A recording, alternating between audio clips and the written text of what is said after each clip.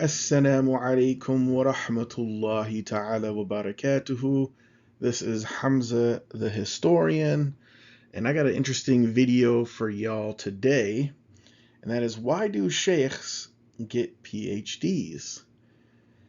And, I've been hearing through the grapevine that there are some folks out there who are talking about certain Islamic scholars as if they're not like sheikhs just because they got a PhD from a Western university or the likes.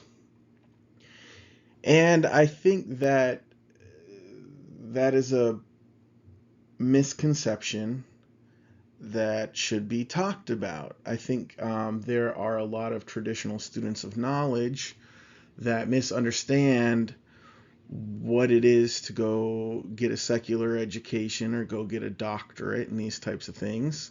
So I figured I would make a video about why sheikhs get PhDs. I'm sure many of you have wondered this. Now, my channel is predominantly an academic channel that is meant for Muslim academics predominantly, although non-Muslim academics are more than welcome to watch and benefit and all of that. And I focus primarily on traditional students of knowledge, advanced students of knowledge. I've made all that stuff pretty crystal clear throughout all of my videos since I started this channel in 2020. But this video, I'm really gonna put my Muslim hat on and put my secular hat away and talk about this from the perspective of a traditional student of knowledge. And let's dig in. So I want to give this preliminary note or notice or whatever you want to call it, that studying at a secular university is not a replacement for studying at an Islamic university or madrasa. Now, a lot of times, a lot of Islamic universities are just over-glorified madrasas. Sometimes there are madrasas out there. They call themselves madrasas, but they're more like an actual Islamic university. So, I don't know. They're both kind of interchangeable to me. But this is not, secular university education is not a replacement for studying traditionally Islam. Right? It doesn't replace studying at a madrasa, not an Islamic university, and it certainly, by golly, is not a replacement for acquiring traditional ijazat. So I want to make that crystal clear.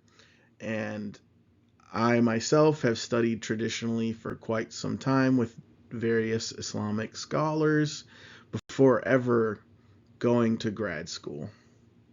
And my first introduction to grad school was actually at the Islamic University of Minnesota. That's where I started my first advanced degree.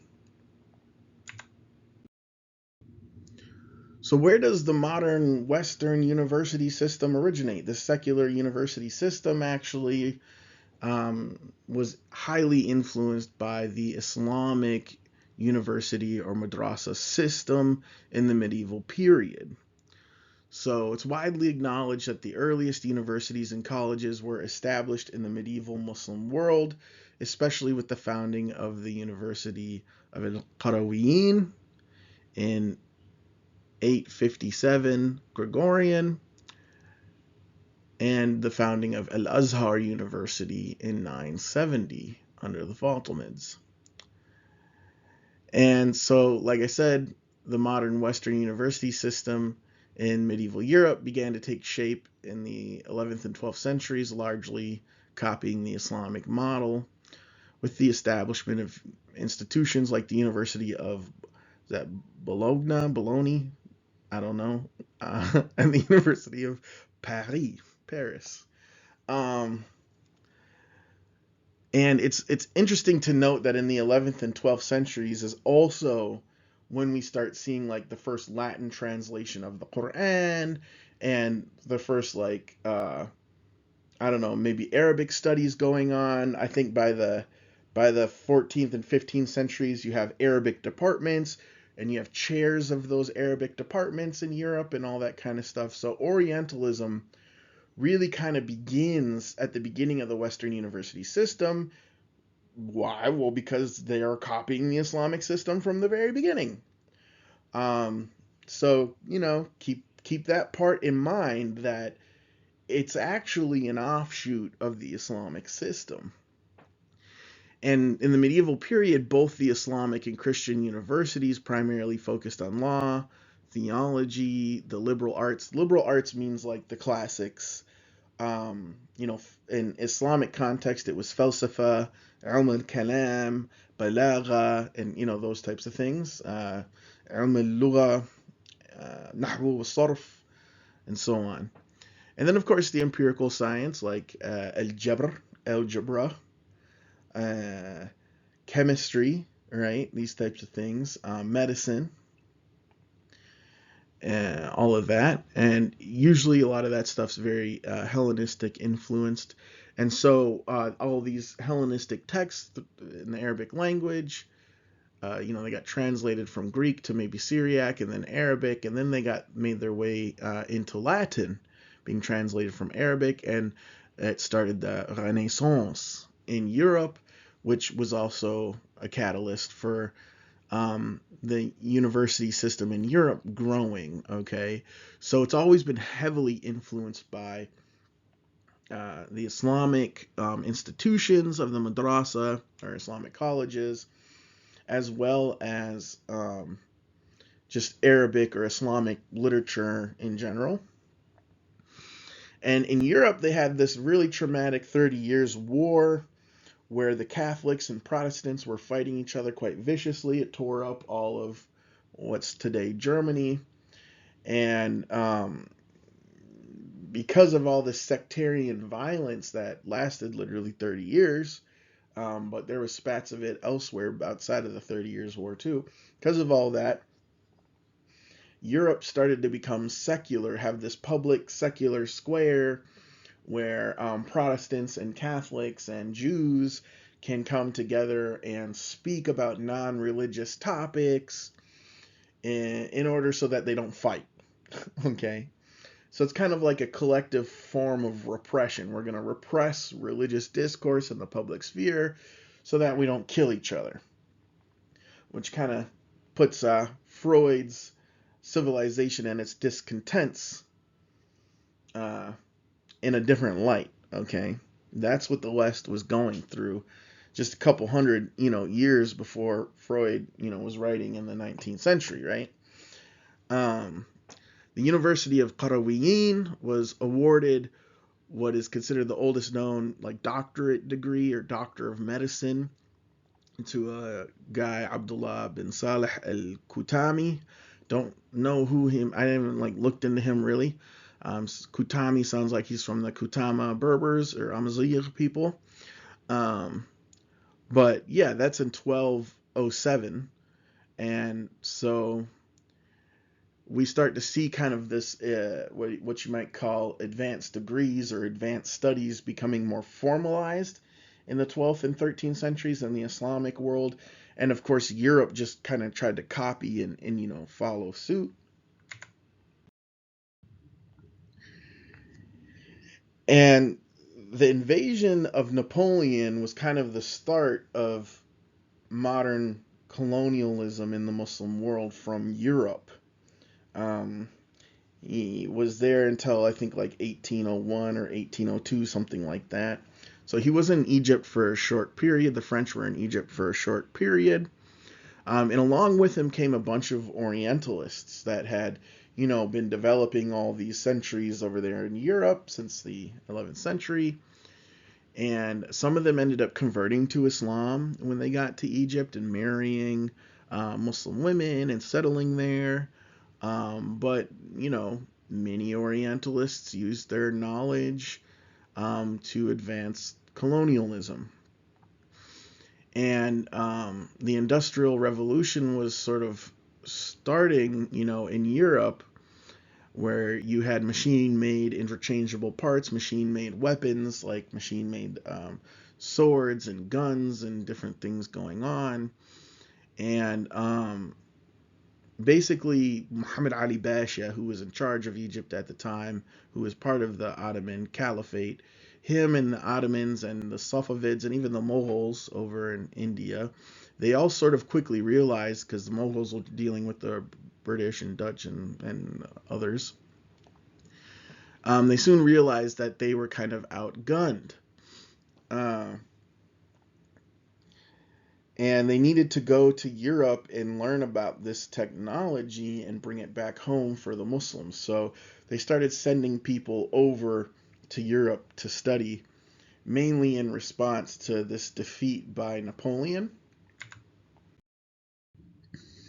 And so there's this famous book, an Imam in Paris, تخليص الإبريز في تلخيص باريس أو ديوان النفيس بإيوان باريس by رفاعة الرافع الطحطاوي. All right, which has been translated by Daniel Newman here. So this it shows. I read this. I had to read it actually at the University of Chicago as part of one of my programs.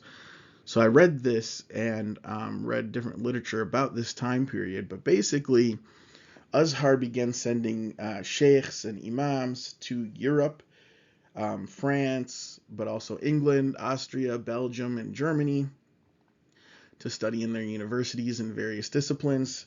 Paris had its own École Égyptienne in 1826, just to accommodate these foreign students, or who were primarily coming from Egypt, but elsewhere as well. And by the late 19th century, Germany had the best higher education system and became the premier destination for Muslims getting advanced degrees. So a lot of Turks would go to Germany during that time to get advanced degrees. Even Du Bois, who was a student at Harvard and Fisk, Harvard being one of the premier institutions in the United States, he went to Germany. He was doing his PhD at Harvard, and then he tried to transfer to Germany and do his PhD over there, but ran out of funding and then had to return to Harvard. But it was well known at the time that Germany had the best PhD programs, the best master's degrees, best higher education. And that lasted really until, the time of Hitler, and Hitler destroyed all of that amongst all of his other evil atrocities.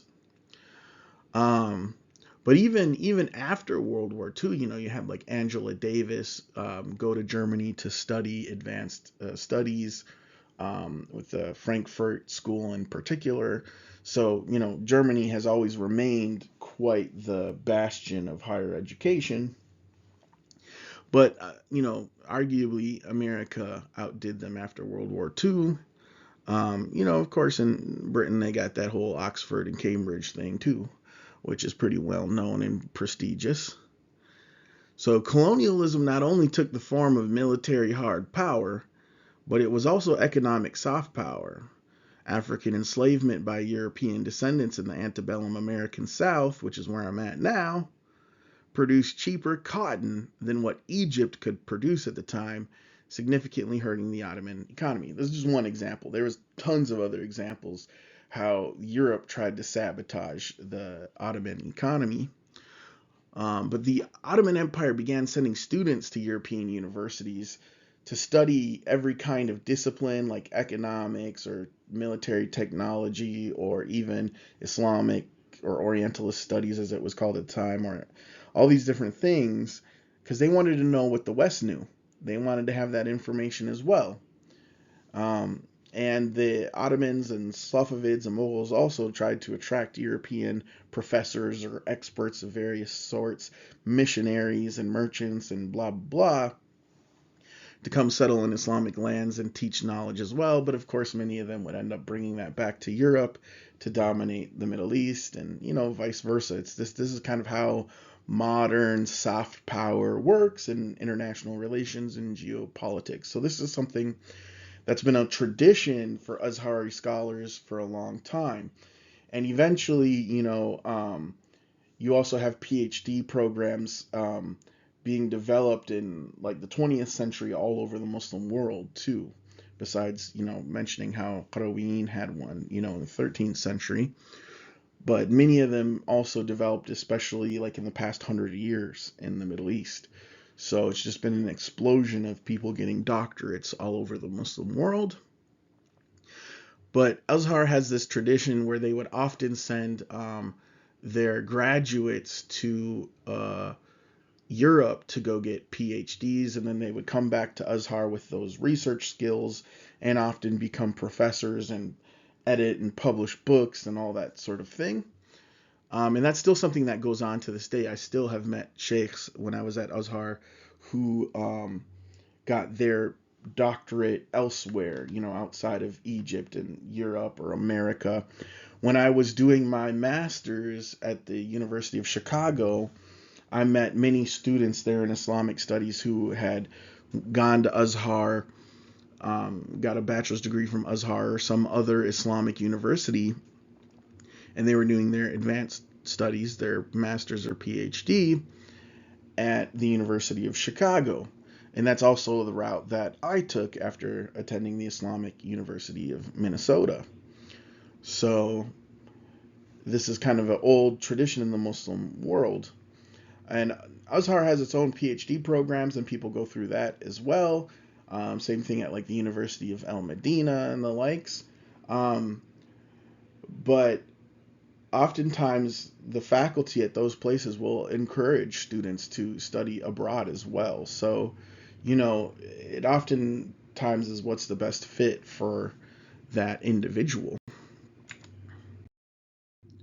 So I'm going to list some reasons of why sheikhs get doctorates, and this is not an exhaustive list. And of course, everyone's an individual and does it all for different reasons. But I was just brainstorming what some of the reasons might be for some people. And a lot of it is shaped, of course, by my own experience. But like one of the valuable things that I learned going to graduate school was how to edit and work with unpublished medieval Arabic manuscripts. In other words, like Arabic codicology and paleography.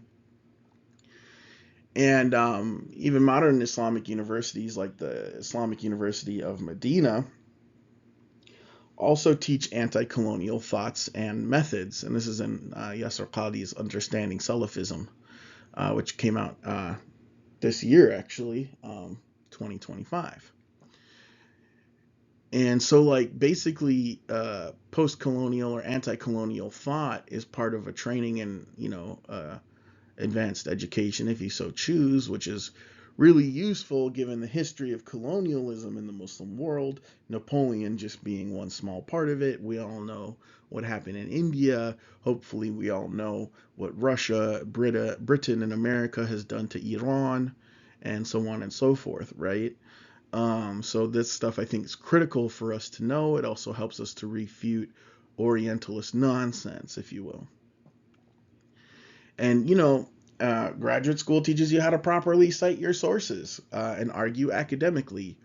All too often, I see traditional shuyukh and even muftis, they're not able to properly cite their sources. Like they'll give a whole fatwa and they'll be trying to cite sources, but then when you want to go and verify what they cited, they didn't give a proper citation that allows you to find it. They didn't tell you what edition of the book they're using. They didn't tell you what year it was published, who the publisher was, what the page number was, and these types of things, or volume number. Graduate school helps you to properly cite those sources. And then the argumentation oftentimes in modern fatwas or fatawa, they don't argue their position very well. I've seen that time and time again, having studied to become a mufti myself. Like they're just not very convincing a lot of the times because they're not very well argued. It's like as if they didn't study mantiq very well, or like logic. So whether you go to an Islamic university to do your doctorate or a secular university, they're going to help you to properly cite your sources and argue academically or with mantiq, logic as the formal discipline. And that also has you focusing more on epistemology. What is the underlying sort of theory behind a system of thought? How is it that you're thinking, or what's known as metacognition? And that teaches you how to critically analyze all of human thought, which is basically logic in language. Now, academics and scholars debate over which is the more predominant structure, underlying structure of human thought. Is it logic or is it language? You can't have one without the other. So, yeah, they're kind of interchangeable in some ways. But especially if you're doing a degree in the humanities, you're taught an awful lot of how to deal with logic and language. An advanced study has you focus on linguistic capabilities or skills, like strengthening one's Arabic to a highly advanced level. Also, you get to learn classical and modern forms of Turkish, Persian, or Chinese, which grants access to many pre-modern texts important to the Islamic tradition. Like Imam al-Ghazali, besides his Ihya Ulumuddin, he wrote stuff in Persian. If you only know Arabic, you're not fully going to understand what it is that Imam al-Ghazali was all about. Okay? If one wanted to do research on Muslim interpretations of the Bible, for instance, then you could study like Aramaic, Syriac, Biblical Hebrew, Greek, or maybe even Ge'ez, which is ancient Ethiopic. And, you could study Syriac or Greek if you're really interested in Islamic philosophy, falsafa, and mysticism, like the Mu'tabirun. And, advanced degrees can also provide training in Russian, Spanish, French, German, Italian, Chinese, Japanese, etc., which are languages that produce lots of secondary research in Islamic studies. Modern Turkish is a good one to know as well because they're producing lots of research in Islamic studies right now. And so going to a secular, university, you'd be able to take these language courses and get really good at these languages. So that's really important because even there are some Islamic scholars who got PhDs, but they didn't get this language training, and they miss out on a lot of academic articles and different things published in those languages. So just food for thought. Everyone goes on their own journey and specializes in their own thing, which requires different languages and whatever. Now, sheikhs get doctorates for many reasons. Often religious leaders of various backgrounds, not just, like imams and sheikhs, but even like Christian pastors or rabbis or whatnot. They report that PhD studies facilitate habits of reading, writing, thinking, and worship that benefit their ministry for years to come. The pedagogical skills developed through doctoral study enhance preaching, teaching, and educational skills. These programs also develop competencies in leadership, pastoral care, and counseling. Let's face it, the economic reality of our current age often requires a doctorate to be taken seriously, i.e., to have institutional credibility that allows one to teach, build institutions, and broaden their professional network. When you go to do your master's or PhD, like you meet a lot of other students who are studying the same stuff as you, who will go on to be, leaders. So you build a huge network of people that you know. In fact, I've had a colleague who was a master's student like me when I was doing my master's at the University of Chicago, who then joined my program here at Emory, where I'm doing my doctorate. And so it was like small world. You're in my master's program, now you're here, and you're my colleague in this PhD program. So, you develop quite a big network of people, and I still keep in touch with a lot of people that I've studied with at both Islamic University and the University of Chicago and Emory and different things. So you meet a huge amount of people just going and doing these types of advanced studies. And doctoral education exposes religious leaders to diverse theological traditions and global perspectives. All right, so this enhances their ability to serve multicultural communities. Okay, that's an important part right there, because this is particularly valuable in increasingly diverse religious landscapes, and the Muslim community is the most diverse religious community in the entire world. We have more languages, more ethnicities, all that kind of stuff than any other religious community. So when you go and get a master's or a doctorate, your colleagues are going to be from all over the world, from all kinds of different backgrounds, and you're going to, in different classes, interact with people from all kinds of different backgrounds. So it gives you a large amount of cultural competency. Often religious leaders and other faith traditions have doctorates in religious studies or the likes, which creates a barrier between undereducated imams and the broader community. Getting a doctorate helps imams and shaykhs properly conversate and organize with other faith communities for common causes, thereby materially benefiting both communities. I've seen this all too often all over the United States, where you'll have someone who's an imam, they don't have any advanced degrees, and there are Christian faith leaders and rabbis and different, faith leaders from the Hindu tradition and whatnot that are trying to reach out to them to do interfaith initiatives, such as we need to clean up the streets, or we need to stop drug use in our community, or whatever it may be.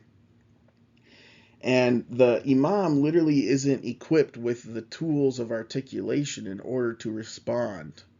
They either don't know English hardly at all, or they don't understand the technical jargon that the more educated faith leaders that are not Muslim are using, and therefore there's a lot of miscommunication and misunderstanding and mistrust, and then the whole community suffers because we can't come together to do mutually beneficial activities, such as maybe protesting for a common cause or something like that. One example in Minnesota, where I'm from, is that all the faith communities came together and they did a march during George Floyd. So they were protesting together against police brutality against black people in Minneapolis, Minnesota more broadly. And the Muslim community in Minnesota is overwhelmingly predominantly black. So that was really important to the Muslim community that, other people was willing to do this protest with us. But, when you're an imam who is under-equipped for this type of work, these other faith leaders just stop reaching out to you. And nowadays, even in the secular university, often sheikhs are the professors of Islamic studies courses who will teach things like Quranic exegesis, tafsir, hadith scholarship, Islamic jurisprudence like fiqh, or just contemporary Islamic thought like falsafa or something. And they hold private classes outside of the university system where they give graduate students traditional ijazas, as done at Al-Azhar. So that stuff happens at secular universities just the same. And to assume that just because someone's a professor, they're not also a sheikh is an ugly assumption, frankly, because I've met so many of them. So that's just something to keep in mind. When you have an Islamic studies department, it's kind of like an Islamic university within the secular university, so to say. Depending on the program, every department is different. Every faculty member is different. I'm just talking in general things that I've seen and witnessed over the years. Doctoral programs in chaplaincy and pastoral care, and pastoral care means caring after your congregation or your jama'ah. So doctoral programs in chaplaincy and pastoral care prepare religious leaders for specialized ministry context, including healthcare, military service, correctional institutions, and corporate settings. So I've done chaplaincy in healthcare and in correctional institutions. I used to work in prison reentry. And some of the people I worked with weren't even Muslim, but they got a whole new respect for Islam or converted to Islam. I've had, people convert to Islam from my da'wah, and that's not to toot my own horn, but this is important, serious work.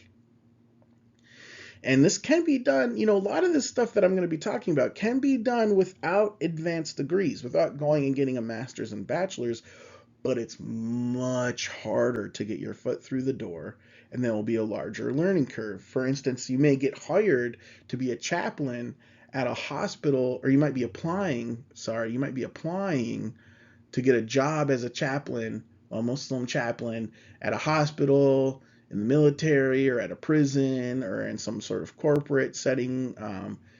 And your supervisor, your like direct boss, might be Catholic or might be a Jewish rabbi or something outside of your faith tradition.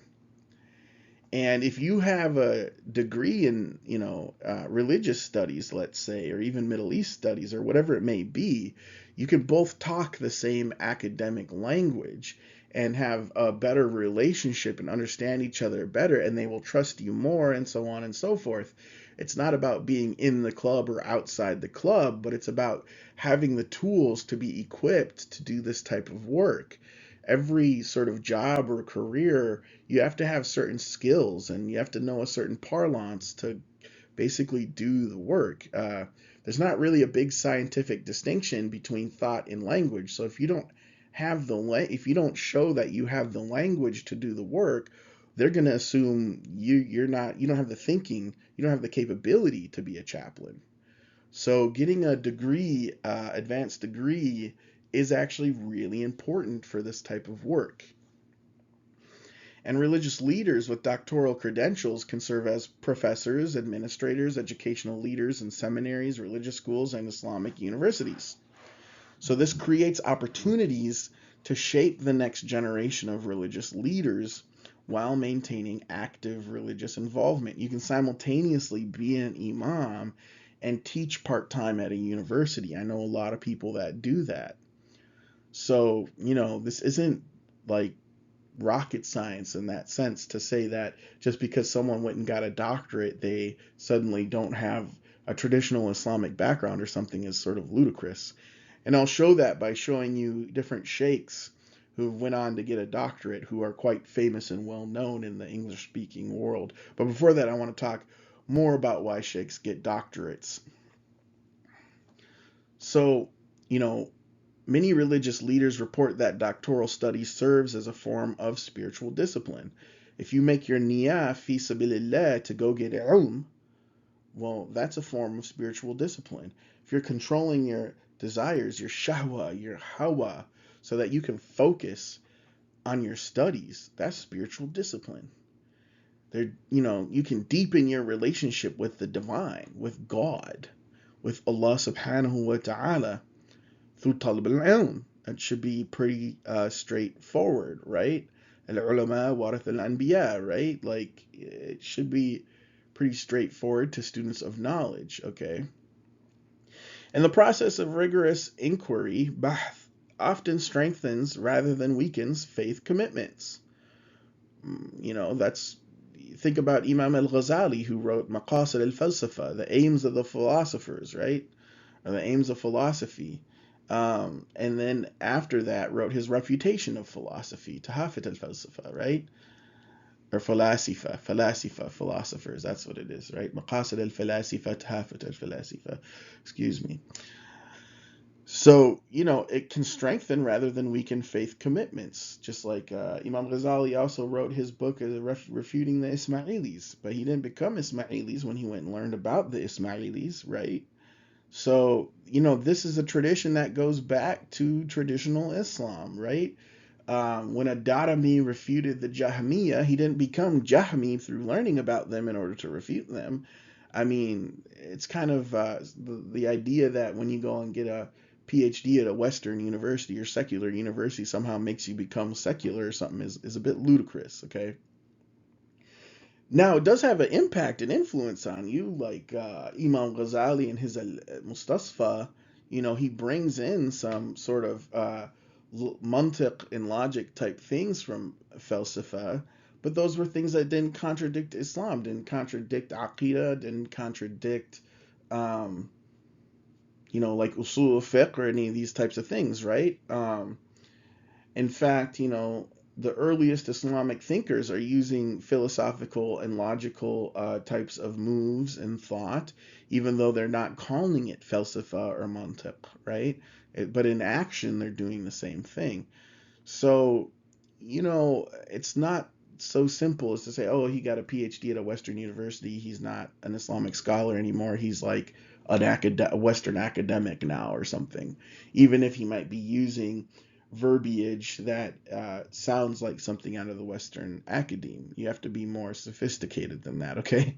You have to be able to see what it is they're doing and saying and look past the facade or the aesthetics of their language. Unlike traditional ijazas, doctoral degrees in Islamic studies provide imams and sheikhs with formal academic credentials that enhance their authority both within the Muslim communities and broader society, as I was mentioning before. This credibility becomes particularly important when engaging with interfaith dialogue, academic institutions, and public policy discussions. What if you're an imam and some politician calls you, like a senator, and wants to know your opinion on something because they're writing policy for like Middle East foreign policy?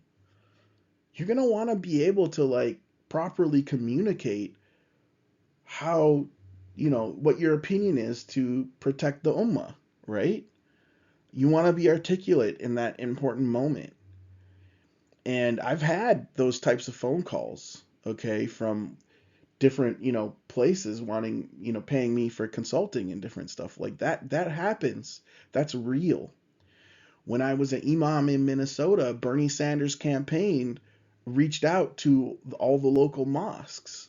That stuff is real. That stuff happens. And you have to be ready for it, and you have to know how to handle it without going against Islamic principles or your Islamic faith or what have you, right? So doctoral degrees really prepare you for that. Ijazas is more important because that's the core and foundation of how Islamic knowledge is transmitted. That's your prerequisite knowledge. But how do you articulate that in this day and age? A doctoral degree helps you articulate that information that you got in your ijazas and traditional studies to the broader society, to the broader community, okay? And to the world at large, all right? This is a big reason why many medieval scholars, including some of those from the Salaf, who studied ilm al-kalam, because they were using kalam as a way to reach out to the broader society, which was predominantly non-Muslim in the early period. They were Christian, they were Jewish, they were Zoroastrian, and different things, okay? You had to be able to speak in the language they understood. Christian theologians and even Jewish theologians were at the time deeply engrossed in Hellenistic, especially Neoplatonistic thought. And so the mutakallimun said, okay, we're gonna teach them about Islam using that type of system so they can properly understand. And it caused a lot of people to convert. And we know this from tabaqat literature, that it caused people to convert and they would actively get involved in kalam and to refute the faith tradition like Judaism or Christianity that they were previously a part of. Why? Because the Muslim mutakallimun convinced them to convert to Islam. Then they studied Islam and refuted Christianity or Judaism or what have you. So this is kind of a phenomenon that's been going on all throughout Islamic history. It's nothing new. It's nothing to be afraid of, right? Now, some people say all of kalam is bid'ah, and that whole bid'ah discussion is a big can of worms that I'm not going to talk about here, but perhaps in a future video we can talk about the concept of bid'ah and how it was understood in classical periods, but for now, I'm not going to get into that can of worms.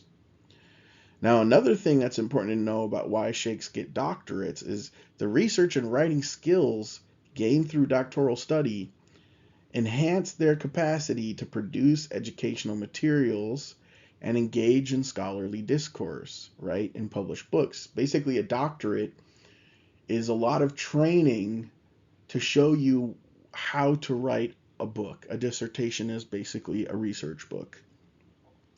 So the whole thing is about how making sure you got all your bases covered in order that you can read a book. Okay, or I mean write a book and publish it. Get it actually published. Put it out there for the scholarly community. And you have a dissertation committee, a committee of people who are overseeing you write this book to put it out there to the world. So you get lots and lots and lots of feedback, hopefully, throughout your program on your writing. And you also learn how to make syllabi. You learn how to engage in, scholarly conversations, right? How to write academic articles and read them and analyze them, how to read and analyze academic books, and then eventually how to write all that stuff, like academic book reviews and so on. So, it's really important training to be sort of part of the scholarly community. Most ulama that I have met, most ulama have PhDs. So keep that in mind. Not all of them do, but many of them do.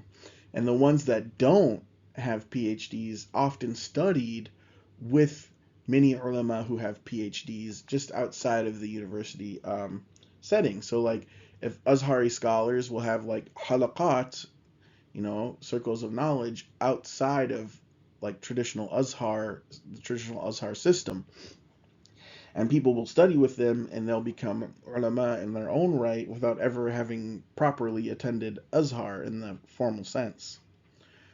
And so they're benefiting from scholars with PhDs, even though they themselves never went and got a PhD. And in a way, they might have what you would call an honorary doctorate, nowadays.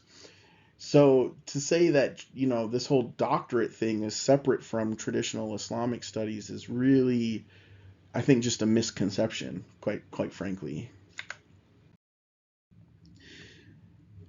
And advanced Islamic studies programs train religious leaders to contextualize Islamic teachings within contemporary social and cultural environments. That's the point I was trying to make about al-Kalam.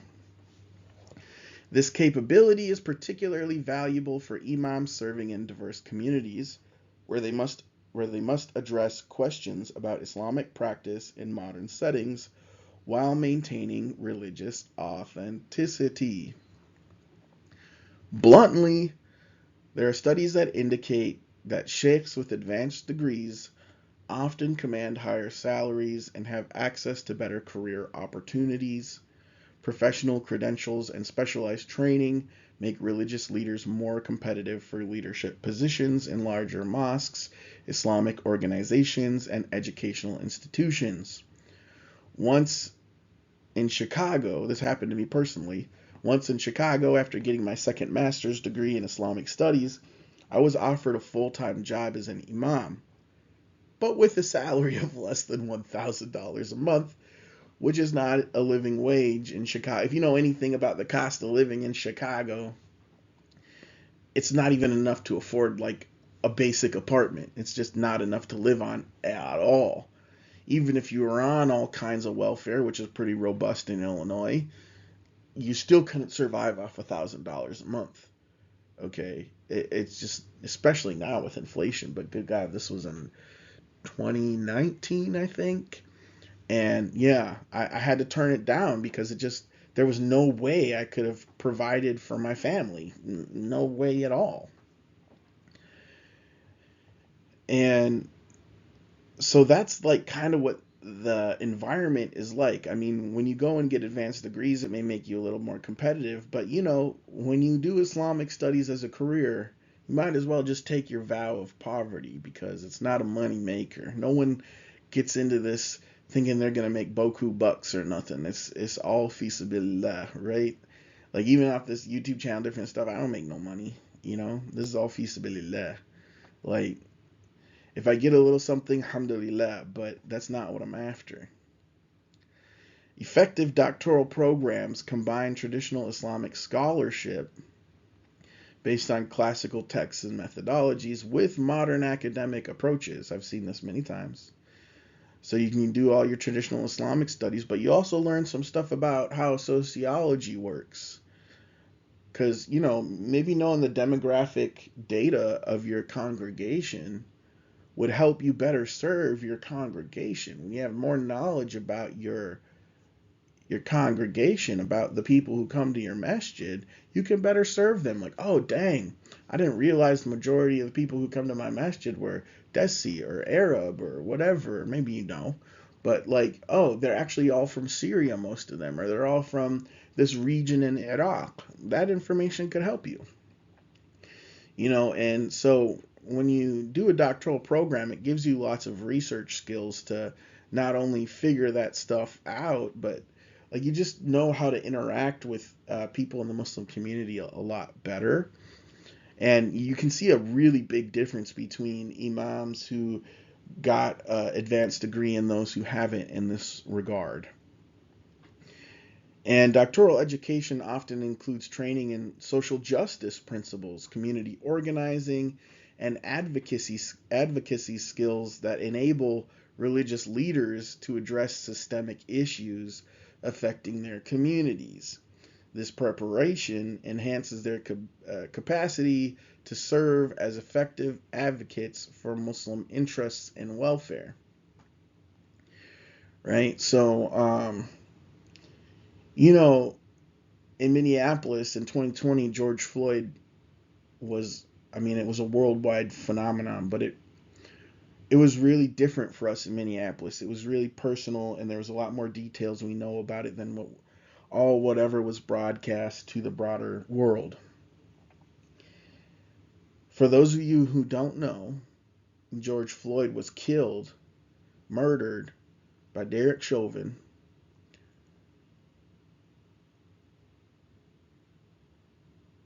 in front of a halal store.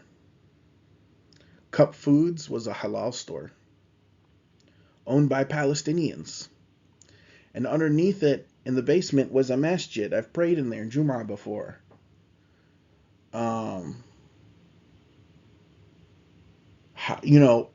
I myself personally had to intervene and tell people who wanted to burn the building down, like, look, this is a place of worship.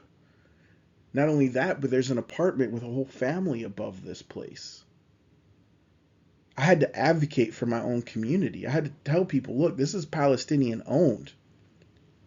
This is a halal store, and they are bullied by the FBI.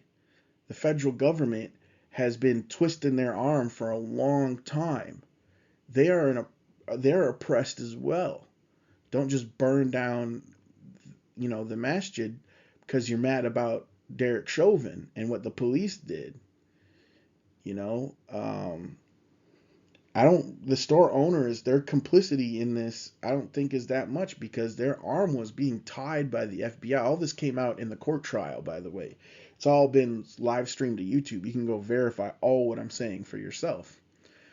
But, having my master's degree from the University of Chicago before all that happened definitely helped me with community organizing around all this, the advocacy skills, to be able to say like, yo, don't burn this place down, it's a masjid, and all these types of things, right? Like, I was probably the main Muslim presence on George Floyd Square for the entire thing.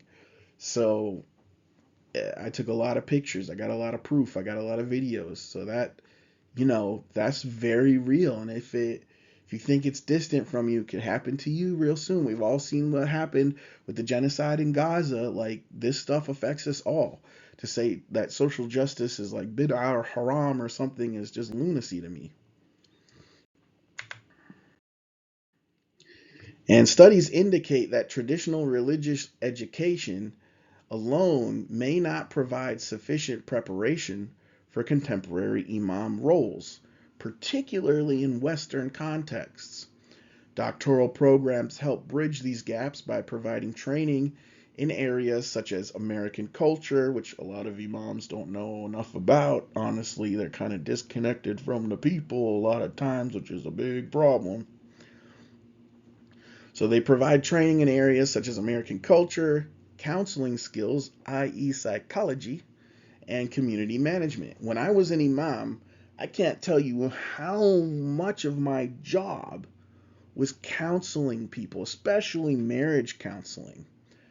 People come to you all the time and expect you to be their therapist. And if you don't know al-Nass, traditional Islamic psychology, but it's, if you don't know that and you don't also know anything about modern psychology, you're going to be in trouble. You're not really going to be equipped to handle that situation properly, quite frankly, if you don't understand what the unconscious is, or what, how and your nafs and all these things affect you.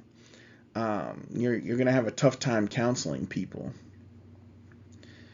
And if you don't know about like neurodivergences like autism, ADHD, bipolar, so on and so forth, you're going to have a hard time counseling and dealing with your congregation. Because if you don't think that those type of neurodivergences don't exist in your congregation, I'm telling you, statistically, you're wrong.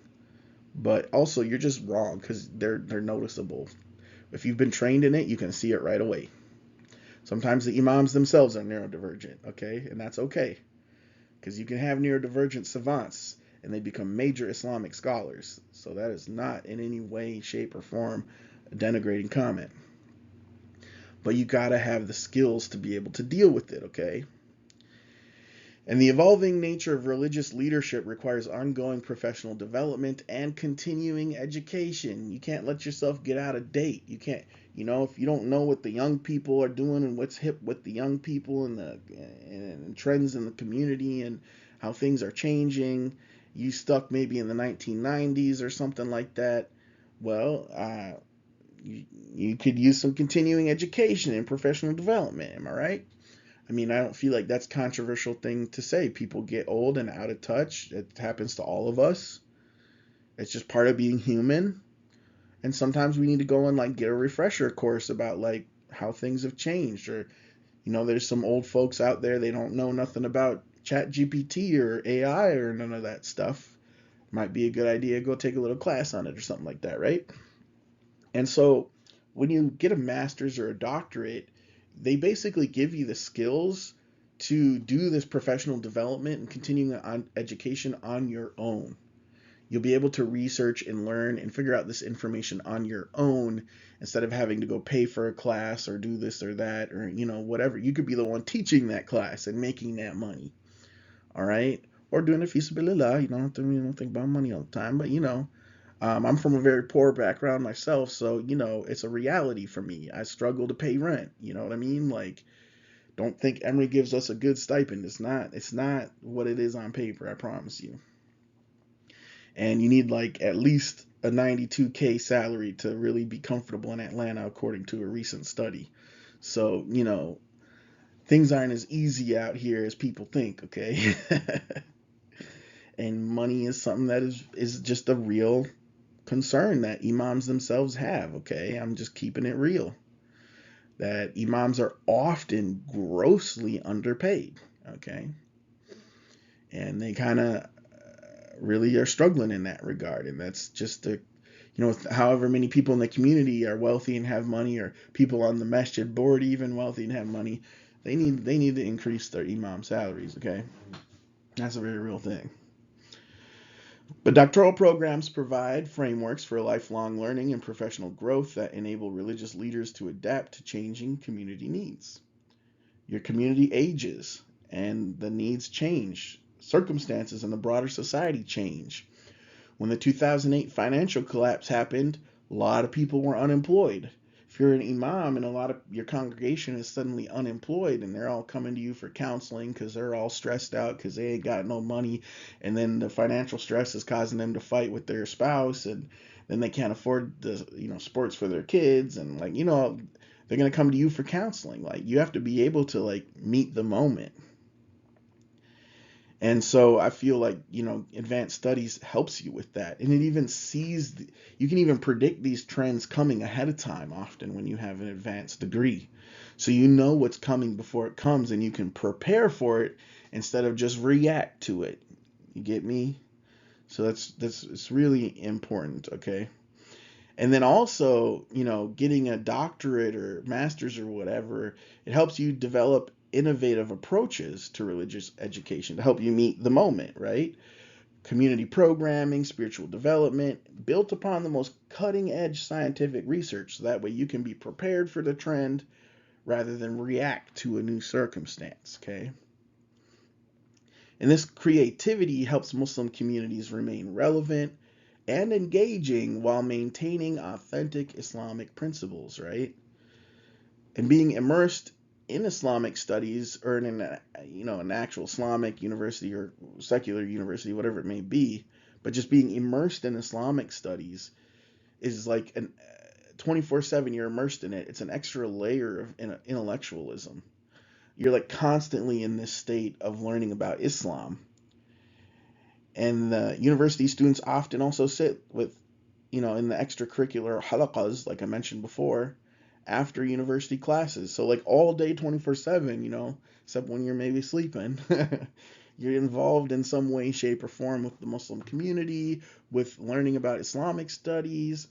You might be taking a class during your master's degree and then right after that go and teach a class, to your congregation or whoever. Do your own halaqah too. So like you're just in this environment where you're in a constant state of learning.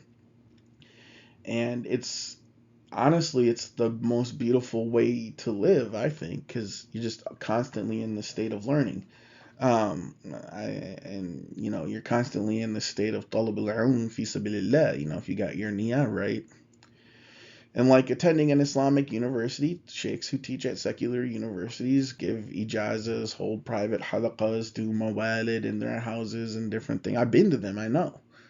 So, it's not quite the same, or it's not quite the stereotype where they're telling you, oh, if you go to secular academy, you're just going to be brainwashed by Orientalists, and it's not exactly like that. I think that's largely kind of a misconception. I mean, everyone has different experiences. Every department and university is different, but you decide what program you get to apply to. You decide which professors you want to work with as your advisors in this or that, so you can go and seek out the people who are doing these halaqas and giving these ijazas and so on and so forth.